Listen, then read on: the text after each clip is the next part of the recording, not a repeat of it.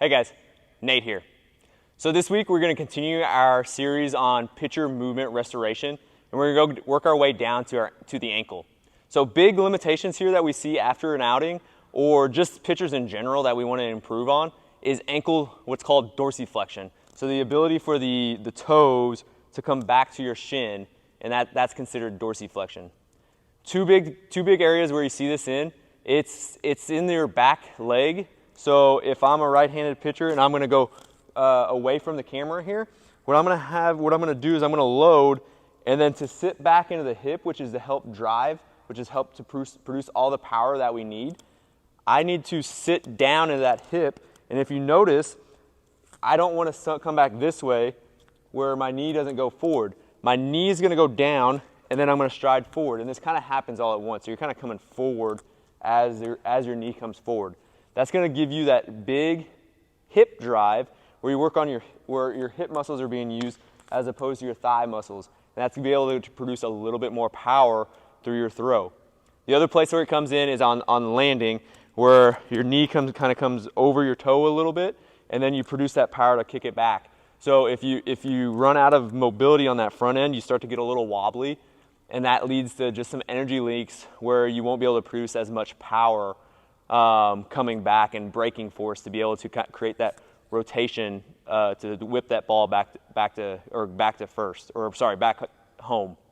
So how I look at this, I typically use a measuring tool on my phone. There's a measure device, and you can switch over to the level, and this will help look at dorsiflexion. What I can do is go down on one knee, foot forward, and I'm going to put my phone long ways, so the long angle is up on that shin bone, and then I'm just going to rock forward. So from here, if you're doing this by yourself, you can kind of just get a reading on the measure tool of your phone to see how far you get ahead.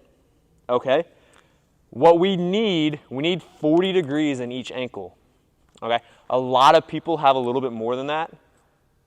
So we want to also make sure that both ankles are within 5 degrees from each other. That's making sure we don't have any changes, some asymmetries from side to side, where one ankle is doing a little bit more and you can load into your hip a little bit more from one side.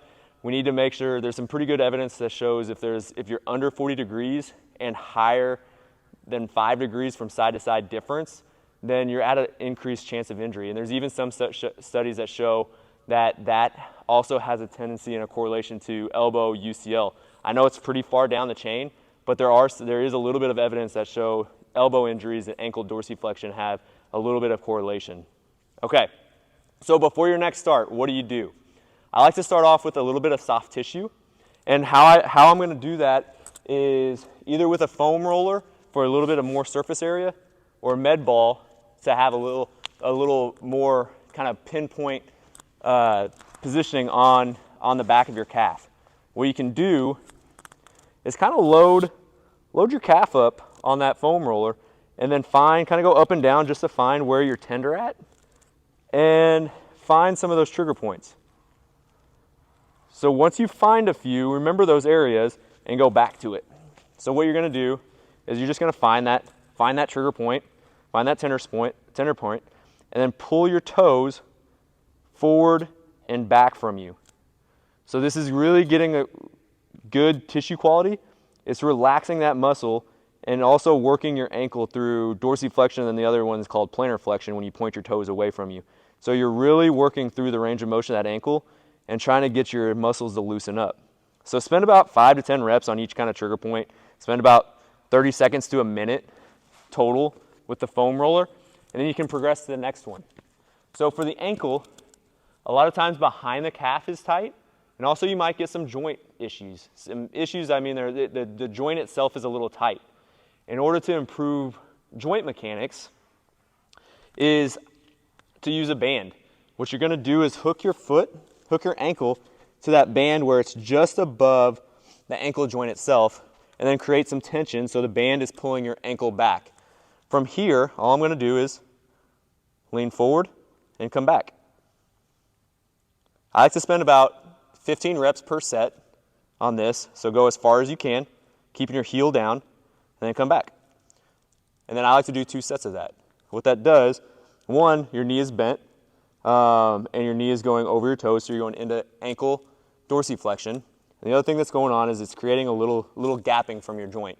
So it's just creating a little bit more space at that ankle joint so that you can gain a little bit of range of motion.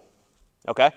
So once you've done that, once you got the motion from it, we need to start kind of stretching it. So build that mobility a little bit more. I personally like to use what's called a starter's block to stretch the calf out, the backside.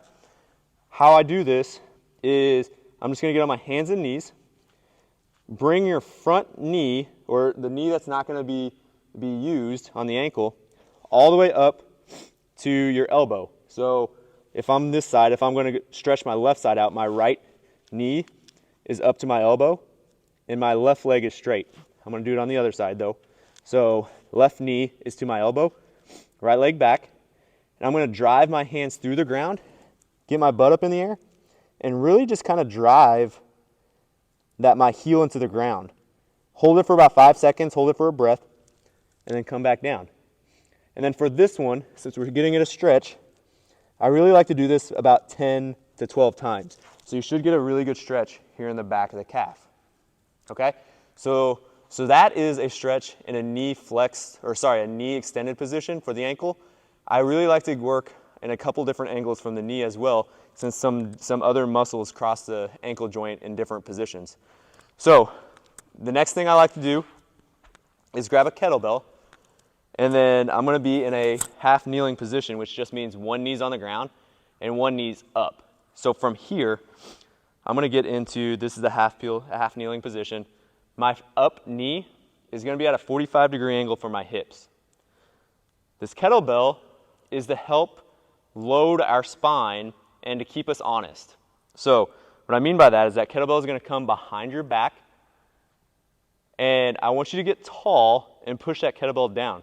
So what that does is it's keeping my torso tall, my trunk tall, as I can kind of push forward and push my knee over my toe.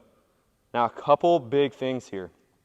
When I do this, one of the main reasons for that kettlebell is so that I'm not just kind of leaning forward, because that would be hip flexion.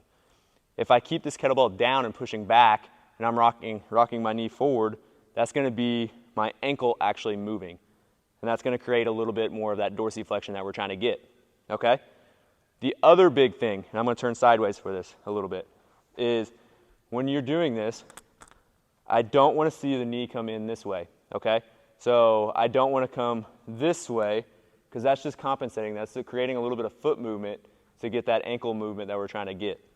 What I really want you to do is push that knee out and rock forward when you do this. So if I look straight down, my knee, if I put my hand on the front side of my knee, I look down, I can see the first 2 toes of my foot, okay? So really push that knee out when you're doing that. So hold it there, and then come back up, okay? I typically like to do about 6 to 10 reps on this, depending on if it's new to you or not. You can kind of gain reps as you practice that. Okay, so once we've gained that ankle mobility, one big thing that I like to do is kind of put it into standing. So how well can you stabilize with the toes closer to your shin in a single leg stance? So what I like to do is find a foam roller, a half foam roll, or you can use your shoes, or you can roll up a towel and put your toes on top of that. And then your heels are on the ground.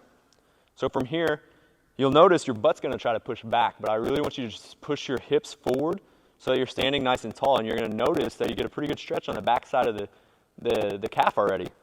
So from here, you can just go single leg stance, grab your knee, and pull that knee up a little bit, and then come back down. So what that's doing is it's putting a lot of stability through your ankle so that you're at your very end range of dorsiflexion that we just gained, and you're really having to control that to stay stable on one leg, which is huge in pitching as well.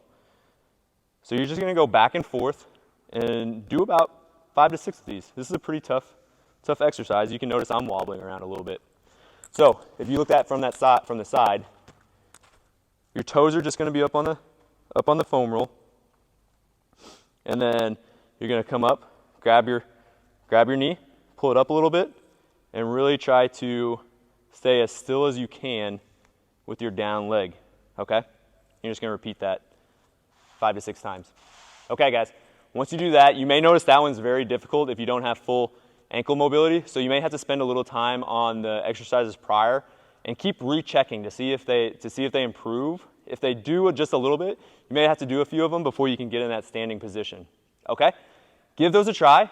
See if you can improve your ankle dorsiflexion, and if you do, see how well you feel on your next outing. See how good your legs feel, see how much more fresh you feel in your next outing, and let me know how you feel, okay? Thanks, guys.